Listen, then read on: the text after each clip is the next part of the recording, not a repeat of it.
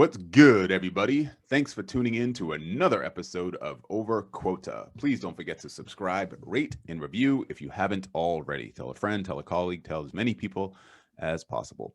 And like always, the J. David Group, which is my company, is sponsoring this podcast. We help founders and CEOs turn their startups into unicorns by introducing them to CROs and VPs of sales with track records of generating revenue, building teams, and scaling growth. I'm also proud to say that this podcast is now being sponsored by a Lego company that I've worked with for quite a while now.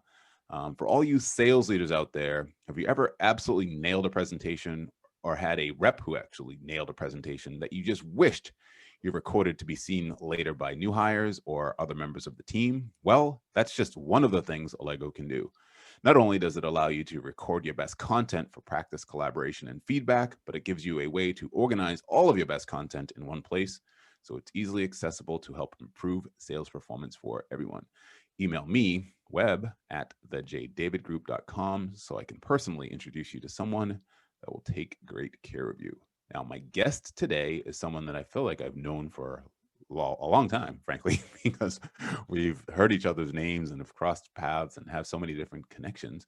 And I recruited for one of his companies before, but it's Josh Allen, Chief Revenue Officer of Owl Labs, which offers a smart video conferencing camera that captures 360-degree video and audio, giving you as close to a face-to-face experience as you can get, no matter your location. Josh has also been in sales leadership positions at other rapidly growing companies such as LogMeIn, Cargaroos, and Drift. Josh, welcome to Over Quota. Jay, it's been a long time coming. It's great to be here. I'm excited for this. This will be fun. Yes, absolutely. Thank you. So let's just start with what I just ended with. Talk to us a little bit about Owl Labs and your role there as a CRO. Yeah, so I joined Owl Labs about 4 months ago, and I love companies that have technology that is changing the way things have been done traditionally.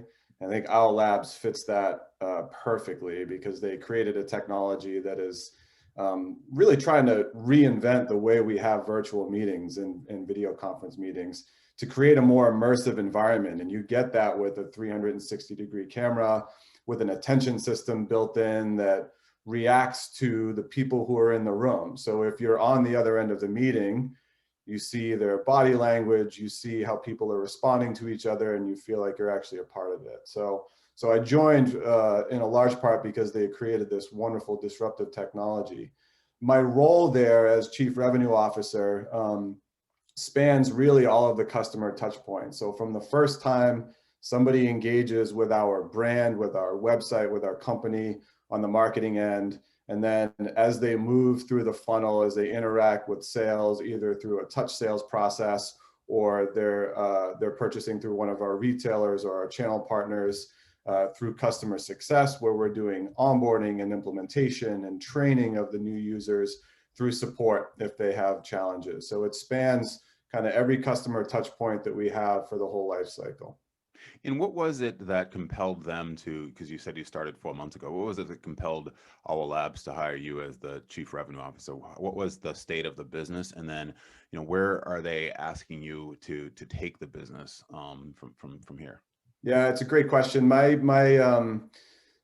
Fortunately, in my time at LogMeIn, I got exposed to a lot of different phases of a company's growth. And I actually joined the company when we were 40 employees and $3 million in revenue, and saw them go up to I left right before they merged with Citrix and became almost a multi-billion-dollar revenue company overnight. So to see all of the things that happened in the middle in that 10-year span, it exposes you to a lot. And I felt like I got a career's worth of experience in a compressed time period of 10 years.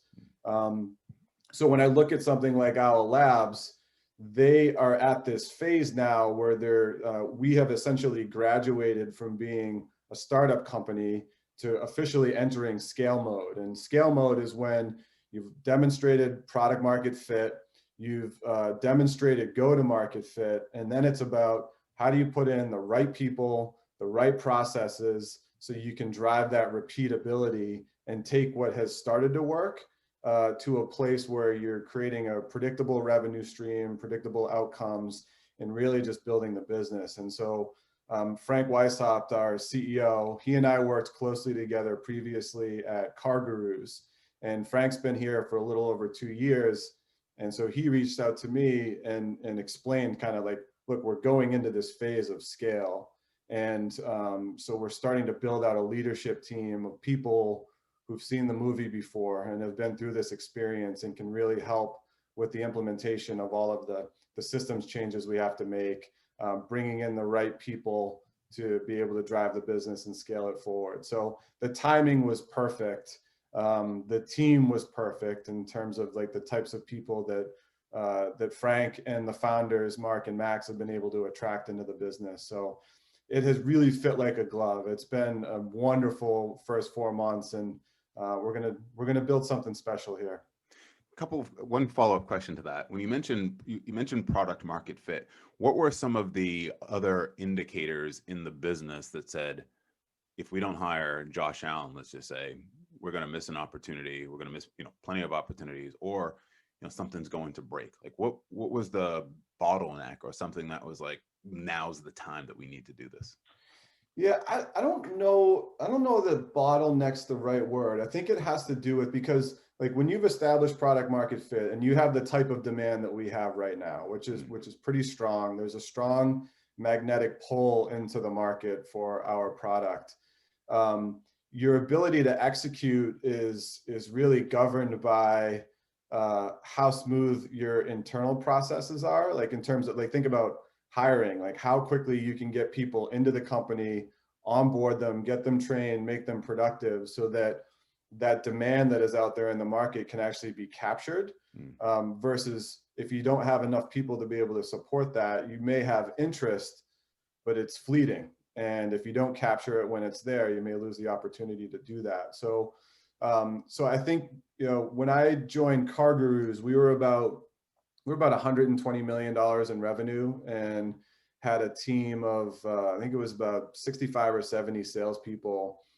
In about 2 years, we took that to a little over 400 million in revenue and a team of 300 sales, success, and support people. So we grew it really quickly.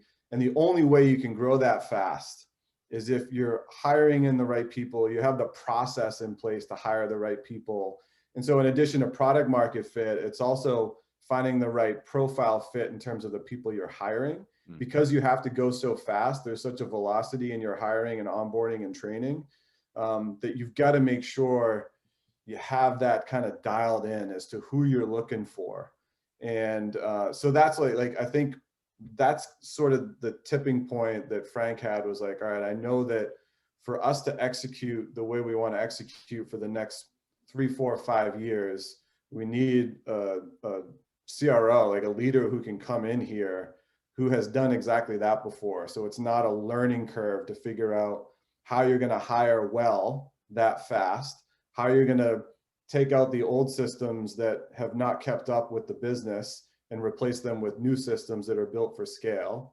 How you're going to be able to build a plan for thinking 3 years ahead and then work back from that so that your execution action items along the way are in line with where you're trying to go. Not just the short term, hit the month, hit the quarter. It's like, no, I care about 3 years from now and what we're doing for revenue, and I'm going to work my way back from that. So many things to grab onto there for a minute. Okay, so before I ask those follow-up questions, I had another question in mind that I guess I'll ask, which is, how do you choose or prioritize the initiatives that you have, right? Because when you come in and you mentioned, let's say, for instance, like having that vision of 3 years and then reverse engineering, I guess, if you will, how you're actually going to get there. When you start on day one or month one or whatever, how do you, with all that you have on your plate, say, okay, this is the number one priority? And then how do you go about tackling that number one priority? Yeah, I mean, the beauty of sales and marketing is that you're typically starting with a revenue number as your goal that you're marching toward. And then from there, it's the sub goals that contribute to achieving that. And so typically you're going to have major sub goals, like for example, where I have a big focus in 2021 on the continued expansion internationally, where we've had some organic success, but now we want to be more deliberate about how we're building out our markets in Europe, our markets in Asia Pacific, and really thinking about that in terms of what good looks like. And if we have a revenue goal associated, let's go country by country, channel by channel, and figure out how we're going to achieve that, where the potential obstacles are that we're going to run into, where we have upside opportunities that we're not necessarily factoring into the plan, whether it's new products or new region or new countries that we bring on board.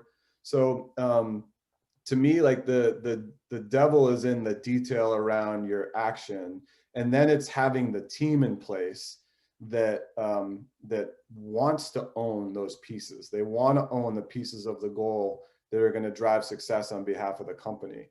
So we actually just went through this process as a leadership team a few weeks ago, where we brought in an outside consultant who helped, it was a wonderful experience, because you have someone who can keep you on the rails when you're talking through your strategy, so you don't get stuck down in a hole. He can help pull you out of the hole. So you can really come up with what your strategic goals are, knowing that if you just focus on those 3 or 4 things, if you accomplish those as a company, you're going to have success. And then from there, it's like getting down into, okay, the functional leaders, here's what their contribution is toward those main goals. And then you have your frontline leaders and your individual contributors. So now you can build the alignment, you can build the connective tissue between the strategic goals and then the individuals and what they're working on. And they can see how their work contributes to the overall company goals. You mentioned hiring well and sort of having gone through it, certainly at LogMeIn and CarGurus in terms of that level of scale. Define hire? How do you hire well? Is there a playbook for that? Is there a playbook for where you can hire enough people to support the kind of scale that you're driving towards? And then how do you do it well? Yeah, I think there's a framework for it. I don't know that I'd call it a playbook, because if I look at LogMeIn, CarGurus, Drift, and now Owl, there's been a lot of consistent themes, but I wouldn't call it an exact replica playbook across those businesses. Because you have to adjust for, like, for example, at Owl Labs, we have a very strong channel component to our business. Some of the hiring that we're going to be doing there, just in terms of what that person looks like from a profile standpoint, that's going to be different than in an enterprise sales rep I would have hired at Drift, or a high velocity SMB sales rep I would have hired at LogMeIn. Like, they're different profiles. The one thing that has been consistent is that, well, I should say, 2 things. One is that the hiring manager, so the person who is ultimately responsible for the performance of that team, they ultimately own the decision. And I believe in that completely, that it's their team, it's their headcount that they're responsible for filling, and that they own the decision, because they need to own the outcome and the performance as the leader in that business. So I care a lot about giving my leaders the ability to do that. I think that matters a lot. The second piece is that you create this hiring team that as you get at bats and go through it, you become really well calibrated on what you're looking for. And each of the team members owns their piece of the interview. So you have someone who's interviewing for, like, skill set. What are the things that they're coming in with that they have learned, that they know? I usually interview for intrinsic characteristics, so trying to get at the root of who somebody is as a human. So things like, especially in sales, but curiosity, drive, self-awareness and coachability, resilience and grit, like really trying to get at, okay, when things get hard, how's this person going to respond? What are they truly motivated by? Not only to join this company and come in, but like at their core, on a bad day, when it's a rainy Tuesday and you wake up and don't feel great, how are you going to motivate yourself to have a day? So, and then, you have people then like in sales, we'll do a role play. If it's a marketing role, we'll get pieces of content from a portfolio that they have or examples of work that they've done. So I think so long as you have that team structure, and then you can come together and deliberate over whether or not a candidate is the right fit, but then ultimately give the hiring manager really the leeway to make a decision with all of the input and all of the feedback. And I think if you have a team that works well together and is well calibrated, you make really good hiring decisions. The only thing I'll add there, Jay, is that, like, to me, the most important part, and I think early in my hiring career, I overlooked this piece. The job description and the way you build it, it really needs to align with the person you're trying to hire. So what I mean is, like, the profile of the individual, who they are at their core, you want to make sure the job description is truly representative. There's so much out there that's like generic job descriptions. The more time you take to hone that in for your business, meaning like the culture that you have and you're trying to cultivate deliberately within your team, the type of role that it is and what it requires, because marketing for a 3,000 employee company is going to be different than marketing for a 30 employee company. And you need to be able to describe in the job description what it means and what qualities you're looking for, so you can attract the right type of talent and make sure that they line up well with it. That goes to the same as culture as well. If the culture is going to be different with a 30-person company versus a 300-person company as well, right? And some of that. Very. Yeah, culture, that's one we should unpack a little bit too. Yeah, right. Well, that'll be like part 2, I think, for this one. You mentioned old systems versus new systems, and that you need the new systems to be able to help scale. Let's talk a little bit more about that. What systems would, say, in a startup earlier stage be operating on it versus when you start transitioning into that scale? Because I'm assuming that without that new system, that's where bottlenecks actually can start to form, right? Yeah, the way I would think about it is it actually has less to do with the system itself and more to do with how they're connected and how they work together. Mm-hmm. So most startups operate, like, from a system standpoint, it looks like it's like a patchwork quilt.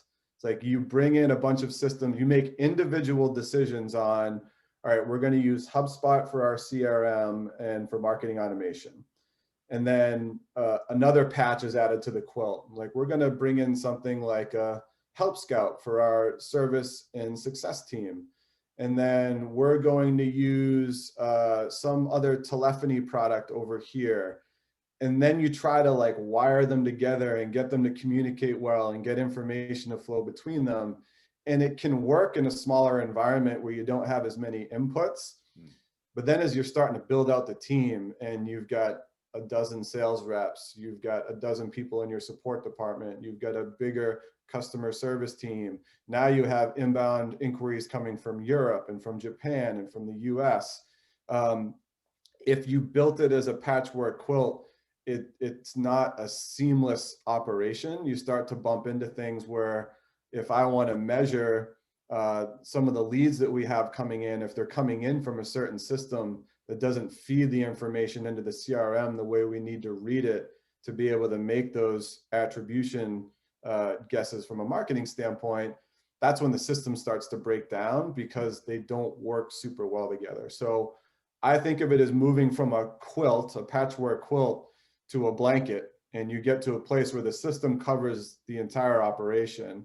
And so, something like a Salesforce, which is pretty traditionally used in a lot of organizations, it is the center of the universe for a lot of reasons. Number one is that all of your teams who are interacting with a customer can work in there together. And if you're on the support team, the service team, the sales team, the marketing team, you see the information for that specific customer all in one place. And you can plug partners in there. You can expand globally. So I think for us, it's moving from the patchwork quilt to the blanket, where we have our systems that are built intentionally to support all of these teams working together and having a universal view on your customer base and your business. Would it be safer or better to invest in the blanket from day one, knowing where you want to go? And if so, why is that maybe not traditional?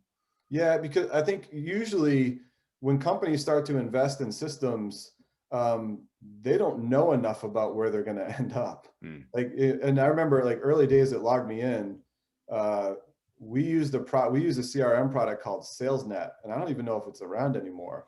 But it was almost early days. It was a competitor to Salesforce, but it was we bought that because it filled an immediate need, but we didn't know we were going to be a public company in 2.5 years, 3 years. And so you buy it because at the time it's going to do what you need it to do. And early stage companies, it's about like this month, this quarter, this year at the long end. And then you get to the other side of it and you kind of do it again. It's only as you start to get into that scale place where you're like, we need to set our sights a little bit further on the horizon and work back from that. So I think most companies don't start there because those products can be expensive. Oftentimes you really need people who know how to build out those systems cleanly, because if it's not built out cleanly from day one, you pay the piper 3 to 5 years from then and have to rebuild it all over again. So it's not a bad thing to have that patchwork approach when you're a smaller company. You just need to know that you're going to have to graduate from it at some point. And there is a little bit of call it systems debt you have to pay down when you make that transition. But I think it's a better way to approach it than just saying, all right, let's bring in the big blanket system.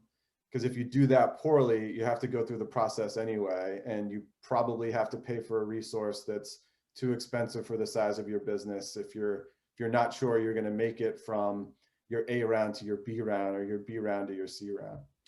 Yeah, wow, that makes a lot of sense. Let's talk about some of the challenges or setbacks that happen during the scale, because obviously the visual of scale is hockey stick growth, right? Yeah, of course, right? Yeah. But frankly, in the age of COVID-19 and coronavirus, you see these spikes that literally look like hockey stick growths, or even worse in this case, right?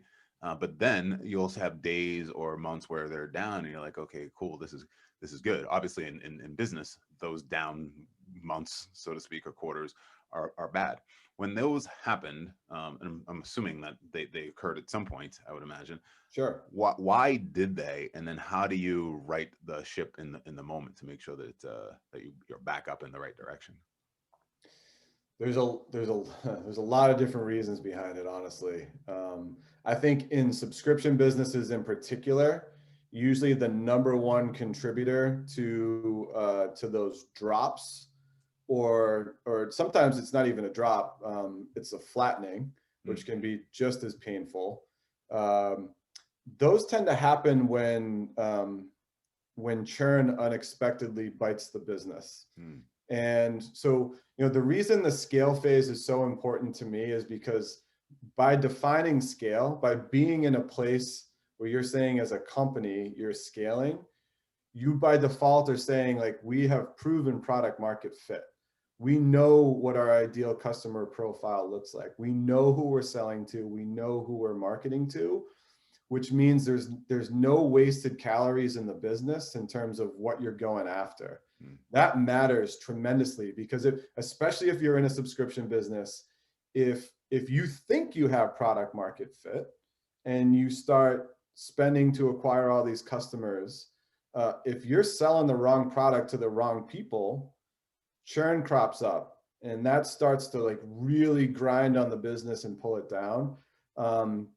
There are a lot of SaaS companies out there that have like come out of the gates hot, and then all of a sudden, like, you try to go from 25 to 50 million or from 50 to 100, and the churn monster jumps up and starts to really pull the business down because you've been so focused on top line revenue growth, because that's what the VCs are talking about. That's what the investors are talking about. Triple, double, that's all everyone says. But if you had, like, I want to call out Mark Roberge here because I love how he talks about this. It's like, as an early stage business, if you are not maniacally focused on your customers and making sure that they are happy, that they're staying with you, and that they are getting the value they expected to get out of the product the day they bought it, like, you can't just dismiss churn. If you have 20% churn in your business and you're a $10 million company and like 2 million washes away, but your top line is really good, like, you can easily dismiss that and say, like, we're okay, we'll be fine. You're not. Like, you've got to spend the time there to truly understand why, because you may have a product market fit problem.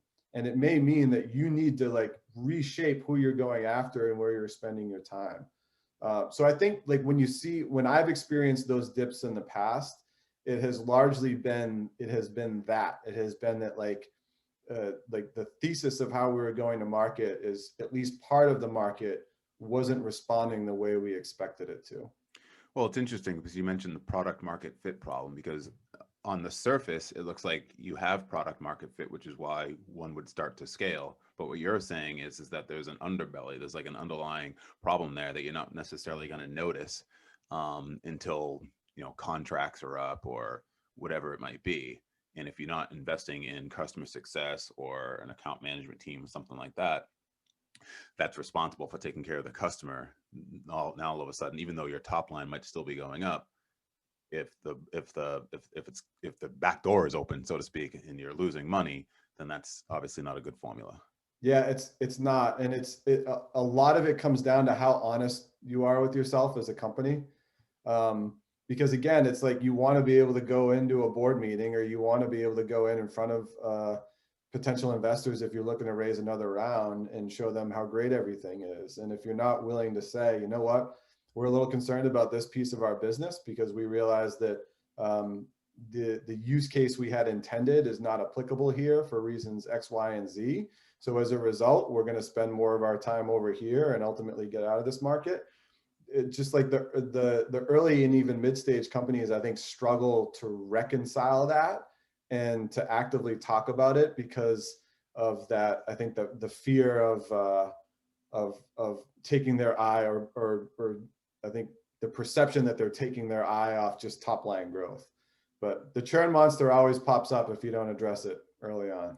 So with that said, when you start to build out your leadership team and you have the functional heads of sales, marketing, customer success, maybe you have a separate account management team, how do you prioritize hiring, or do you just do it all at once? You're like, these are all the people that we need to get them onboarded by February 28th or something like that.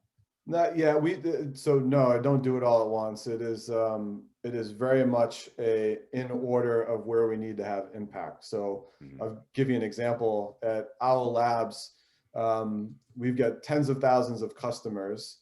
Now, we're a hardware product, so it is about selling, and then we're either going to help them expand and use the same product in other regions or other offices, or we're coming to market with some new products and we'll be able to create a solution versus a point product. So we needed to build out an account management layer. We needed to build out a sales function that was going to spend time engaging with our current customers and talking to them about new solutions that we're bringing to market, and also understanding more about how they're using their current solution and if there's opportunities to expand in other places. So we spent the time, build a job description, figure out what we need for leadership with that early team. Let's talk about the types of customers that we're going to go after and create a thesis that we want to prove or disprove. And then we hire in the right profile of account manager who comes in understanding that not all of this is baked. Like, you're going to have to help us learn this as a business in terms of what this motion is going to be. But you have the opportunity to blaze a trail for what we think is going to be a really important function for the business. So it kind of goes back to the hiring piece of the account manager that we're going to hire now as the first 3 in are not the same as the account manager we're going to hire at number 12 or number 15 or number 20. And then it's all right, but you're doing it in order of priority. Again, it's like starting with your strategic goal and what you're trying to accomplish, and then work down. and understand like what you need to do from a hiring and personnel standpoint to be able to support that, and then prioritize and execute. So how do you, when it's not all baked in, and where you are essentially you have the big goal, and then you want to sort of bring it back to present day, I guess, if you will, in terms of how we're actually going to execute that. How do you decide on what the goal should be, or individual quotas or team quotas, and even comp plan when it's not all baked in? How do you do that? Whether it's account managers, direct sales, all of it. Yeah. Well, there's got to be, I learned a long time ago at LogMeIn that especially in inside sales and velocity sales, like you just break it down to math and you figure out what, even like from an account executive standpoint. So for new customers, what's our average deal size? How many meeting hours are we selling when we're going to market? The customers that we're giving them, we can start to estimate how many conference rooms they have as a company or how many classrooms they have as a school to understand what the total addressable market is within a specific organization. So we know how much potential white space we have in there. And then you just make an estimate, and we're going to overestimate early, meaning for those earliest account managers, we're going to give them a pretty big book of business. And we're going to say, like, your book of business, the first thing you need to do as an account manager is come in, and we're gonna start to tier what those accounts look like. So the ones that we think have the highest potential because they have the most green field and have shown or demonstrated the highest propensity to buy. So we think we can get in there and move the needle pretty quickly. So we'll just tier them out A, B, and C. And some of it is an exercise. It's to get the account managers asserting ownership over their portfolio and starting to assign, like, this is the theory I'm going to go in with.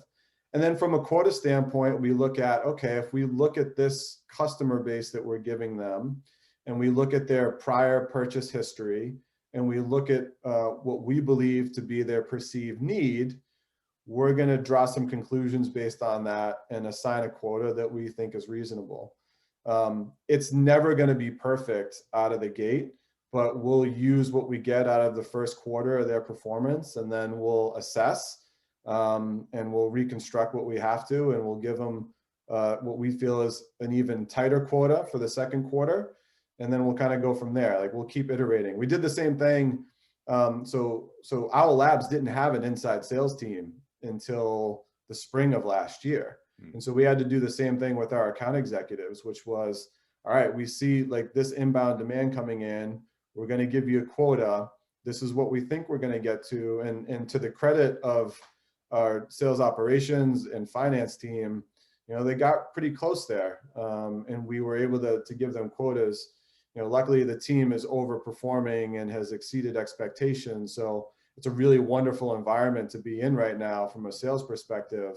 But now we've also, I think, earned the trust and respect of the team, because they see that, like, the quota we're setting forward, while there's some guesstimation that goes into it, it's attainable, and we help give them the math of how they can get there. How involved are you in the pricing, and does that change, and have you seen that change and from one way or another? Tell me a little bit about that. Yeah, we've had high level discussions around pricing. I mean, we talk about it as a leadership team. So there's more group input there. And then it's weighing against, all right, competitors on the market. It's looking at how the product is actually purchased, so how people make buying decisions. Because this is not an enterprise solution sale where if you get the meeting and get in there, you have 16 to 20 meetings to be able to tell your story, get to the right decision makers. We need to be able to present the value of what our product does when we're not in the room. And so it's a different approach. And so pricing, we have to look at the market, we have to look at competition, we have to look at uptake, we have to look at if there's any potential returns, we have to look at feedback through NPS. It's all of that. But we discuss it as a leadership team. We've also done, we had a third party come in and just kind of assess our customer base, get their feedback on pricing, what they'd be willing to pay for, what they're not willing to pay for. So I think we have a pretty good read on where we're at. What about like how closely are you looking at customer acquisition costs, when you're going from, like you said, right, whether you had no sales rep, so to speak, to now you, or inside sales team, to now you do, and as you start to add enterprise sales reps and everybody else, how do you factor all that in?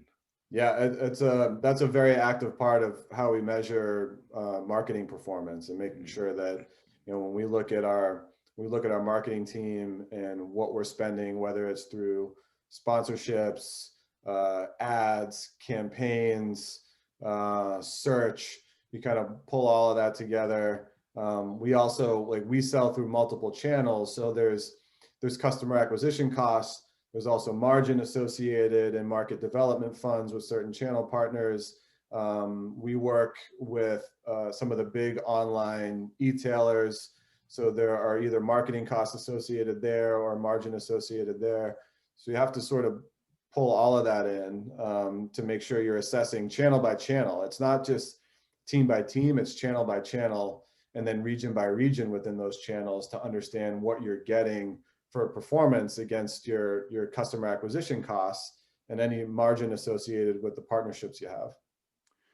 What about working cross-functionally when you do start to have leads for all these groups and functions that we mentioned? And what you talked about in the beginning, which is having that vision of, say, 1, 2, 3 years out, and ultimately where you want to go. Everybody has to be on the same page, so to speak. Everybody's got to be rowing in the right direction and have the same micro vision, I guess, if you will. What have you seen has worked in the past, and how are you going to bring that into Owl Labs? Yeah, I will. I think of all of the things that a CEO is responsible for internally, the way teams work together cross-functionally is largely a derivative of the CEO's leadership. And I think when you have, I look at Owl and what Frank has done to really kind of unify this team. And Frank is a transparent, open leader. He's somebody who understands the go-to-market. He understands the product and engineering sides of things. I think he's really helped kind of pull the teams together, and that just waterfalls down through the organization, because it means that when you're hiring somebody, especially in a leadership position and bringing them in, part of the expectation is that they're operating well cross-functionally.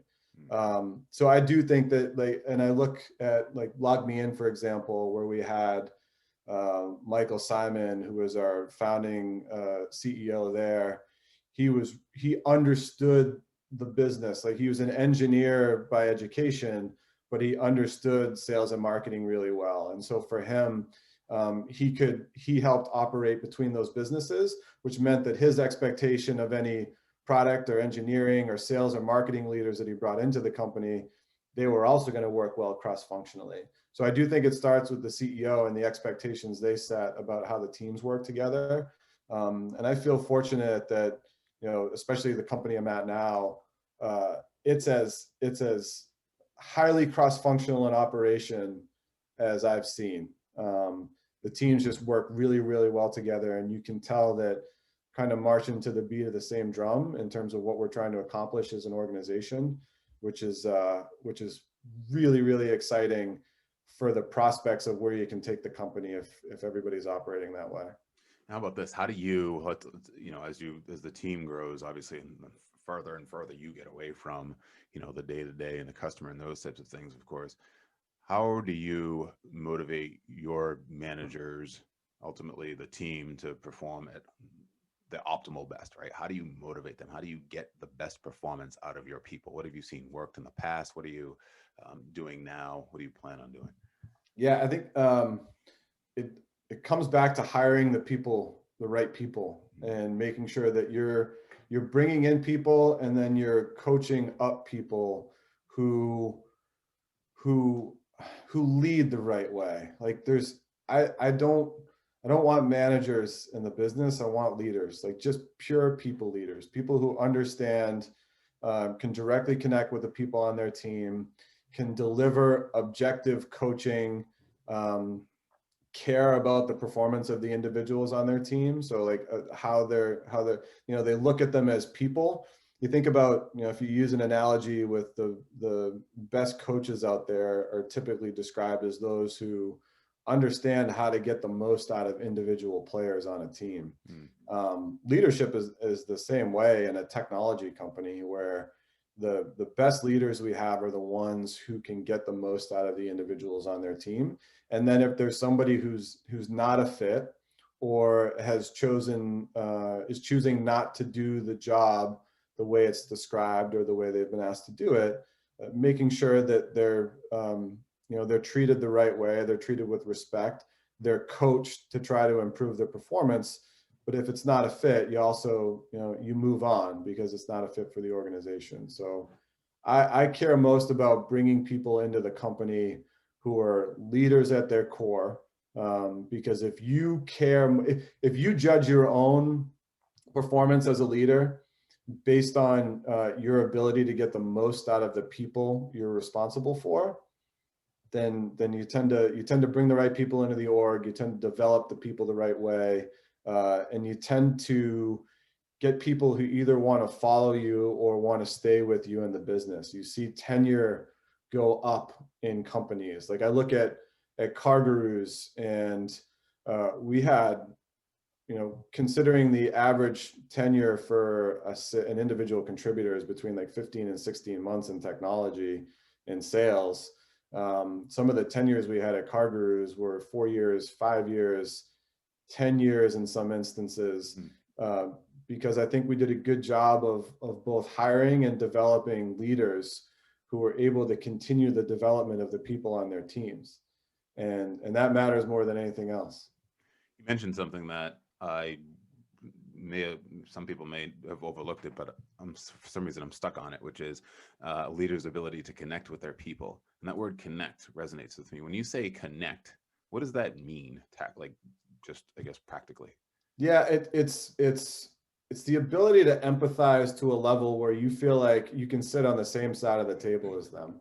And it's the willingness and the want as a leader to get into their shoes and truly try to understand. And that means like really understanding how they're motivated, things that are going on in their life that may potentially have an impact on their motivation or ability to do their job. Asking the questions that are not surface level, it's taking it down deeper. So instead of just saying like, hey, how's it going? And they say, yeah, it's going well.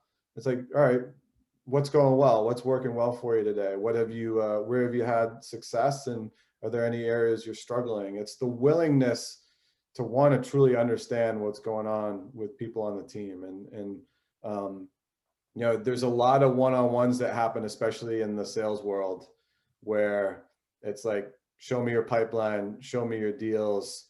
Are you going to hit your number? Yes, no. How many calls did you make yesterday? How many emails did you send? It's so transactional. And those are happening with managers.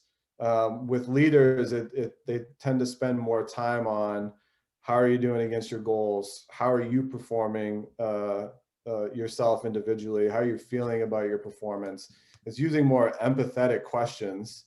And I think truly wanting to better the development and the performance of the people who work on behalf of your team, because you are intrinsically motivated by them having a better outcome. That's right. That's right. One thing I want to ask you about the connecting with people, I guess, is you started there, you said 4 months ago, which is certainly in the middle of this pandemic. I would imagine that you haven't had much or any face-to-face interaction with most of your team, if not all of your team. How has that been? I haven't actually asked anybody on this podcast about that. Maybe they haven't started during this the way you just had, but tell me a little bit about what that's been like for you. Yeah, I felt like it was a little bit easier in that I came into a business that I think when I joined Owl, we were about like 75, 80 employees. So it was a smaller team.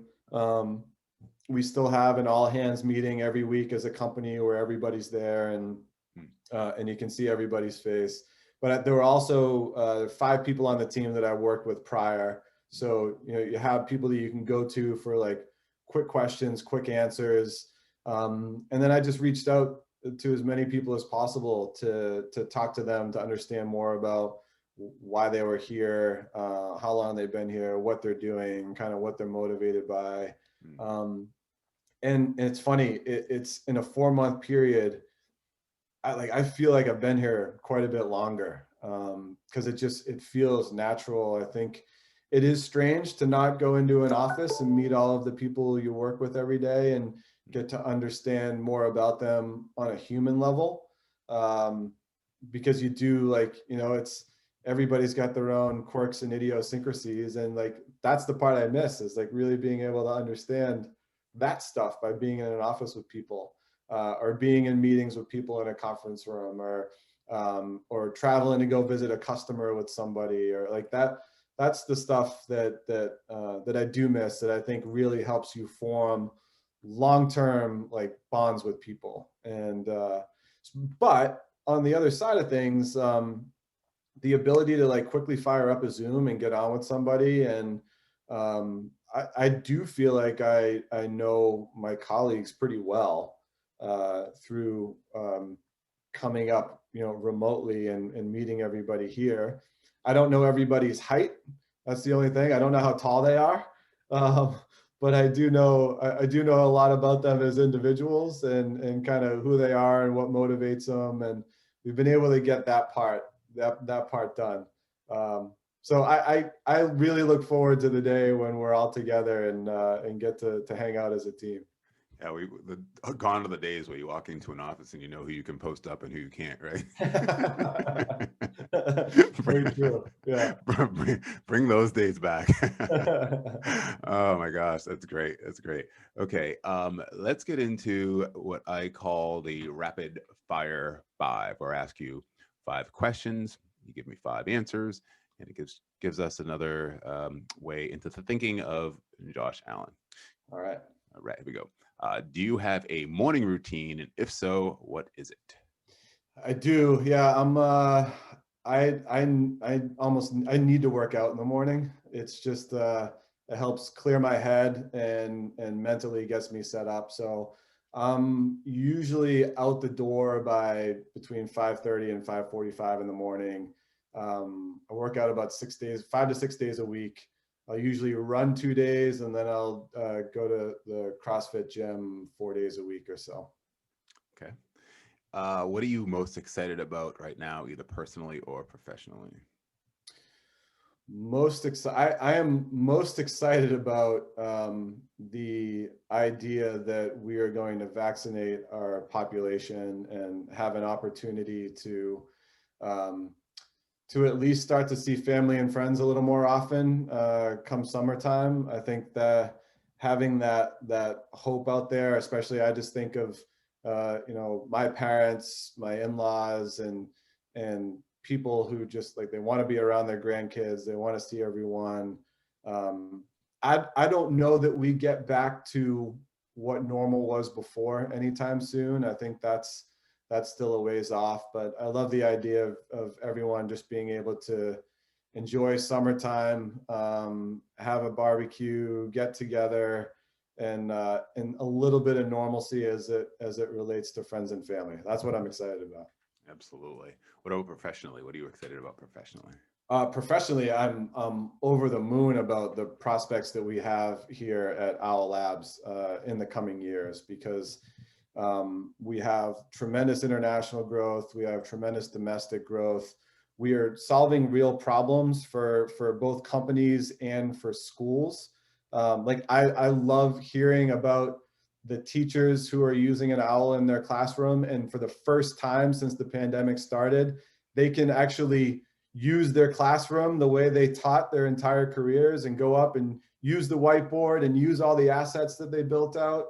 And our technology allows them to do that. Like I love that. So we get to continue to get our product into the hands of people who genuinely want to use it for the reason we built it, which is creating an immersive experience. So I love all of the countries and all of the places in the world that we're going to be able to bring this product to in the next couple of years. Yeah, that's fantastic. What do you want to get better at right now?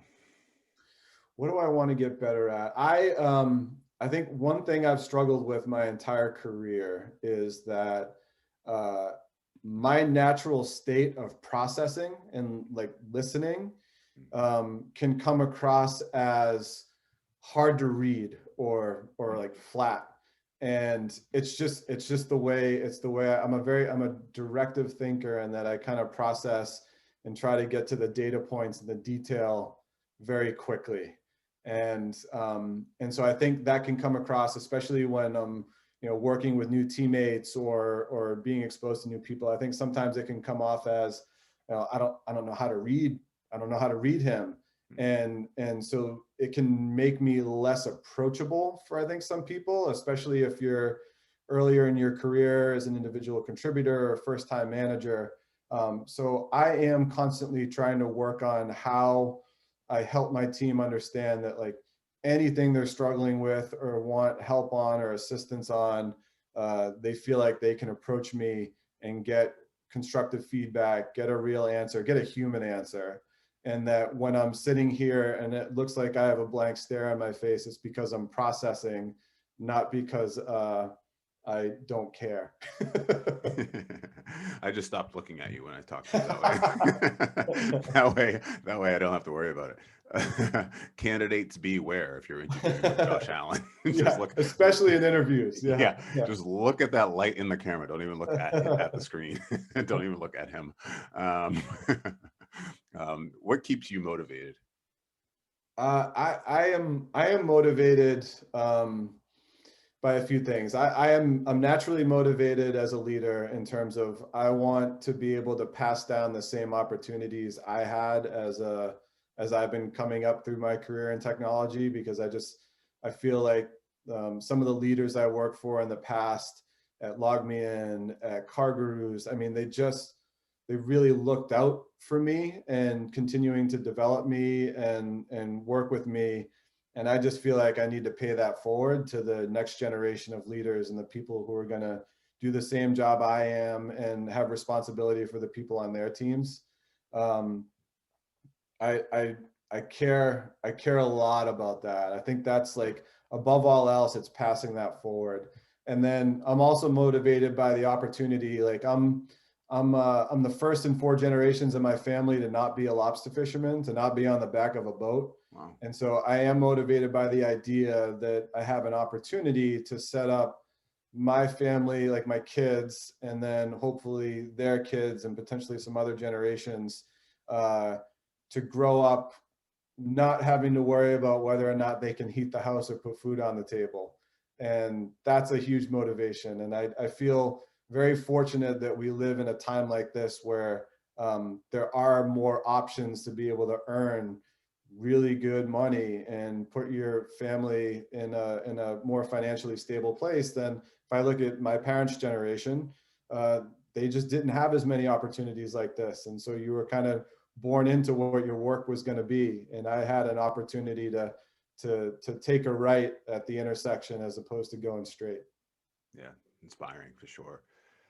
How do you consume information, whether it's books, blogs, podcasts? I guess if I'm in the car, bringing the kids to school or taking the dog to daycare, going to the gym, I usually have a podcast going on, or music, depending on the mood in the day. I read quite a few books, although it's not like, I'm not the type that will sit down and just read a book in 2 or 3 days. I'll usually read parts of it and then go back to it. And I have gotten into the habit now of every morning with my coffee, I'll spend 15 to 20 minutes on the Wall Street Journal just to make sure I know what's going on in the world and the business world in particular. I started that recently. I was never really a newspaper person, but I like the journal. I think there's a lot of good stuff in there. Online or holding it in your hands? Online. Yeah, I have the online version. Interesting. The reason I ask is because an interview that Well, so if you're listening to this, folks, you probably will have heard this interview already because it's something that I recorded before Josh and I did. But I interviewed the co-founder of Lego, and he mentioned the Wall Street Journal too as well. But he says it gets it the old-fashioned way, like delivered to his house, and he holds it in his hands and reads it. So it's interesting. This is, I think you'll be episode number 57 or 58, and literally yours and the one before this one with Mark Magnaca were the first two people that mentioned that they read the Wall Street Journal. So I love that. it's interesting. Mm-hmm. When I lived overseas, when I was in Dublin, we had an office in London. I used to go back and forth quite a bit. Mm-hmm. And just like one of my favorite things was to walk on a British Airways flight and they give you a copy of the Financial Times. And it was a great paper to read. There was something about that like pink coloring of that paper that always made it stand out. And you always felt smarter after reading it. That's right. Yeah, that's pretty cool. Tell me, I guess that's the rapid fire five, but I guess one last question, which is how can folks go about following up with you, get in touch with you? Perhaps maybe they want to inquire about opportunities within Owl Labs. Tell us how they can go about reaching you. Yeah, well, I mean, from an opportunity standpoint, you know, we're as a company, we're doubling the team this year. So we've got a lot of people that we've got to bring in, and it's not just here in the US. I mean, we're a work from anywhere company, so we do believe in hiring the best talent. But we are expanding also internationally. So if you have any folks on here from international places, we're going to be coming there soon. But if anybody who wants to get in touch with me, I think the best place to contact me is on LinkedIn. I do respond to your messages. So if you find me on there, I'm not the quarterback of the Buffalo Bills. It's the other Josh Allen on LinkedIn. So just reach out. And if you have interest in the company or anything that we're doing, happy to connect. Absolutely. And for the record, that's how even though Josh and I recognize, virtually knew each other, I guess, for at least the last 10 or 15 years, I reached out to him on LinkedIn. He responded in kind, and here we are. Thank you, Josh Allen, for coming on to Over Quota. Thank you, Jay. It's been great. Appreciate it. Goodbye, everyone. Cue in the music.